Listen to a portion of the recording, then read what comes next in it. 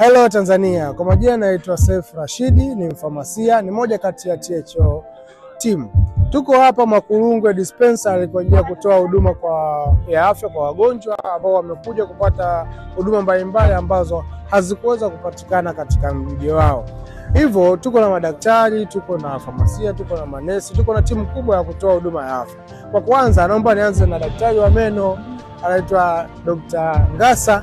Dr. Ngasa, habari yako? Salama isi, habari ya wewe? Nashukuru sana. Dr. Ngasa, upo Makurungwe leo, imekuwa ni furaha kwa wananchi wa Makurungwe.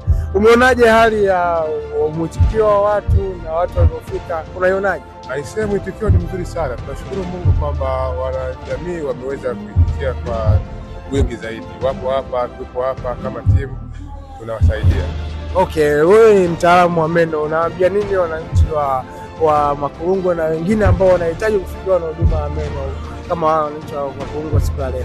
Mimi binafsi kama mtaalamu wa afya ya kinywa na meno napenda sana kuwakaribisha wananchi wote wa hapa Makurungwe ili waje wapate kufanya screening pamoja na matibabu ambayo yanawezekana kutolewa kwa leo.